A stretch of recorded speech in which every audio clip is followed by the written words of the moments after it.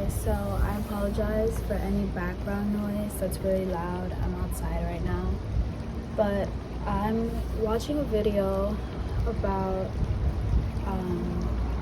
someone talking about their tips for following their dreams and how they were able to do that. And I'm taking notes. And one of the things that I'm thinking about is how choosing to become a creative and to pursue your artistic dreams is honestly like one of the bravest things one could do in this society, because you're choosing a completely unconventional path that poses so many obstacles and uncertainties. And we live in a time where we are so reliant on certainties, or so reliant over the control that we have over everything. We want to control everything. We want everything to be linear, and to be an artist means that nothing is linear. When you're an artist, you're completely relying on everything that's happening inside and transmuting that. And that is so freaking magical, and it's so beautiful.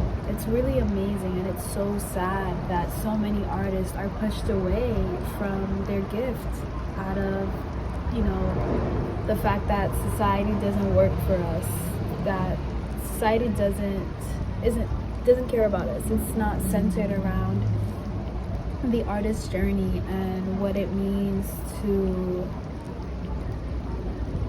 create. We're all so creative, but we have been conditioned out of it. Like with work and with school, we have almost little to no time to really tap into what's happening internally. And to be an artist is to be in constant touch with what's happening internally. There's no escaping it, because we can't. All humans can't. But to be an artist means you're choosing not to escape it. You know what I mean? And I think it's really cool. It's really amazing. It's really empowering, and it's also really freaking scary. And I think that's why it's really important as a creative person and as an artist to surround yourself with other creative people, whether or not they're professionals or if they're just getting started, because you guys can keep each other going. You inspire each other. And let's say you're a beginner who's friends with a professional, or a professional who's friends with a beginner artist.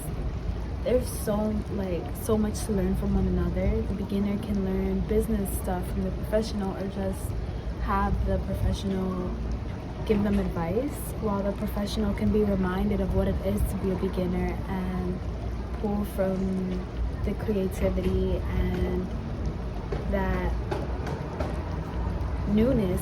It reminds me of how as adults we can learn from children, because children are so curious, and they just have such a beautiful desire to be alive and to live. And as a professional artist, I feel like,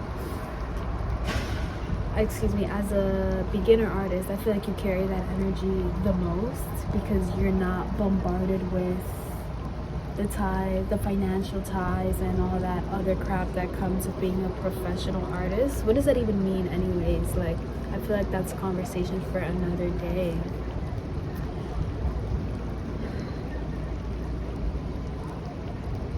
I feel like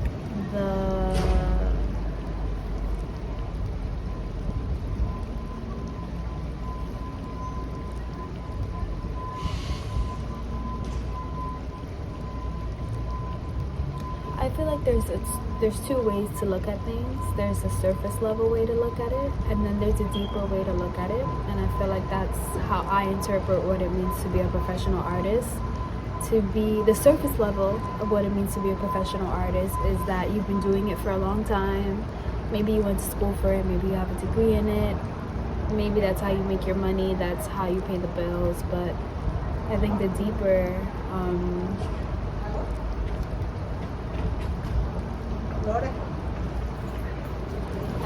deeper meaning of what it means to be a professional artist is that we are all professional artists by nature. Art is art, even if it looks like scribble scrabbles. What is this why do we feel like art needs to be perfect, and it needs to look like Picasso, or it needs to look like Van Gogh, or like, I don't know. There's just so much limiting beliefs that we put on ourselves when it comes to creating that gets in the way of really creating. And I really want to work through that, because I've spent so long like thinking that my art needs to be perfect, and I would think about that so much that it would stress me out so much, so to the point where I just wouldn't create anything. And one of the worst things a creative person can do for themselves is to completely abandon creating, because you literally become depressed. Like, I have spent almost all of last year freaking depressed as hell. Well, maybe just like the winter and the fall months, just super, maybe 2 years ago or last year, I don't know, I think it was 2 years ago, just super depressed because I wasn't creating, because I just like kept creating, telling myself so many lies, and like creating so many mental obstacles that were stopping me from doing what I really wanted to do. Something that the person in the video said was that art is such like being a creative person, creating in general, is such an internal process, and that really hit the spot for me, because it really freaking is.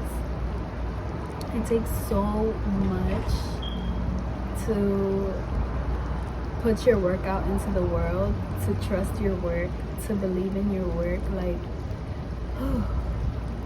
it almost makes me speechless, because it's almost something that I can't even explain with words. You just know if you know, I guess. That's what it is. Like, if you've been in the position where you don't believe in yourself and you feel the way that it makes you feel, then you know what I'm talking about. But yeah, I'm excited for this journey. I feel really excited. I feel lit up, and I really can't wait to see where it takes me and who I become.